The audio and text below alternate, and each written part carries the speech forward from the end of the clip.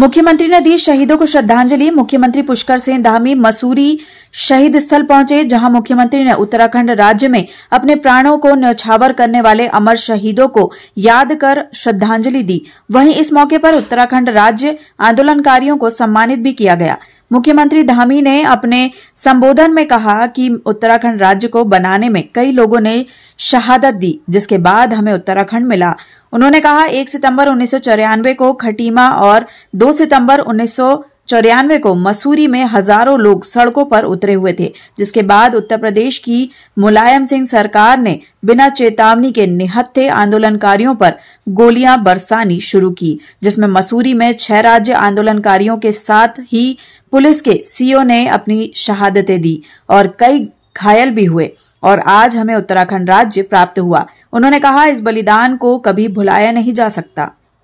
खटीमा गोलीकांड के शहीद हों, मसूरी गोलीकांड के शहीद हों, चाहे हमारे देहरादून के शहीद हों, रामपुर तिराहा कांड के शहीद हों, हमारी वो बहनें हों जिनके साथ तमाम प्रकार का अत्याचार हुआ, उन सबको हम इस दिवस पर याद करते हैं। पिछले वर्ष भी मैं यहाँ आया था, गणेश जोशी जी भी आए थे, हमारे और निगण भी आए थे।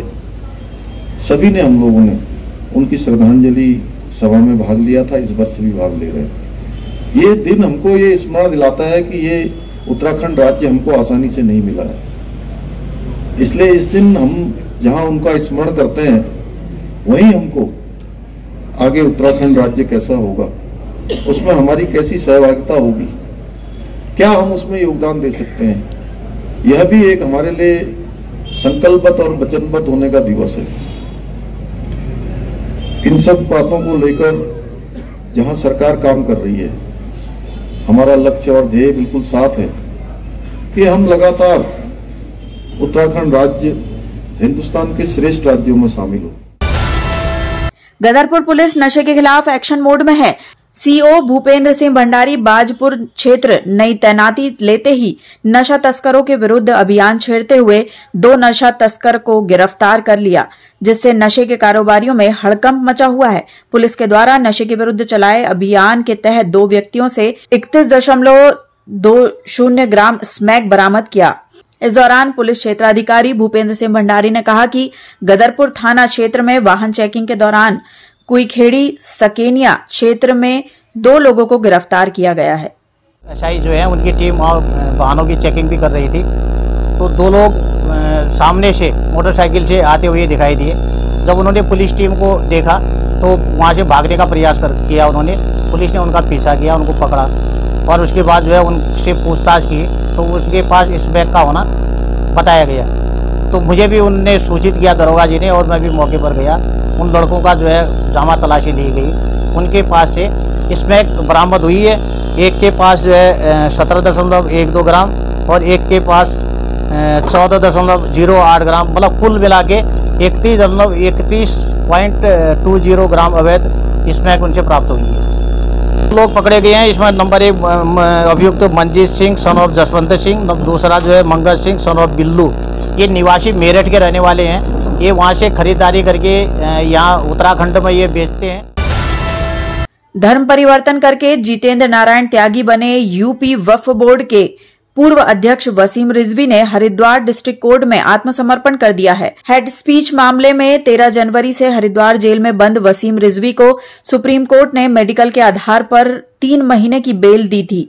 3 महीने पूरे होने के बाद आज शुक्रवार को हरिद्वार डिस्ट्रिक्ट कोर्ट में आत्मसमर्पण करने पहुंचे वसीम रिजवी के साथ अखाड़ा परिषद के अध्यक्ष और निरंजनी अखाड़े के सचिव महंत रविंद्रपुरी और शांभवी धाम के पीठाधीश्वर स्वामी आनंद स्वरूप व कई साधु संत भी मौजूद रहे। वहीं वसीम रिजवी उर्फ जितेंद्र नारायण सिंह त्यागी ने कहा कि जो अपराध उन्होंने किया ही नहीं वो उसका पश्चाताप कर रहे हैं।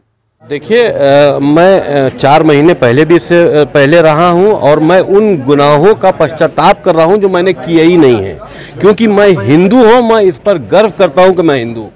जो हरिद्वार धर्म संसद का मामला था उसमें सुप्रीम कोर्ट से इनकी मेडिकल ग्राउंड पर बेल हुई थी। उसका समय पूरा होने पे सुप्रीम कोर्ट के आदेश पे सरेंडर किया है और सरेंडर के बाद इनका जुडिशियल कस्टडी में भेज दिया गया है। राजधानी देहरादून में आज विधानसभा के सामने बद्रीनाथ से कांग्रेस के विधायक राजेंद्र भंडारी ने विधानसभा में हुई बैकडोर भर्ती को लेकर UKSSC में हुई धांधली को लेकर किया जोरदार प्रदर्शन। साथ ही कांग्रेस के कई वरिष्ठ नेता भी मौजूद रहे। आपको बता दें कि UKSSC के सचिव संतोष बडौनी को भी धामी सरकार ने बर्खास्त कर दिया है। मुख्यमंत्री पुष्कर सिंह धामी ने विधानसभा अध्यक्ष रितु खंडूरी को भी पत्र लिखा।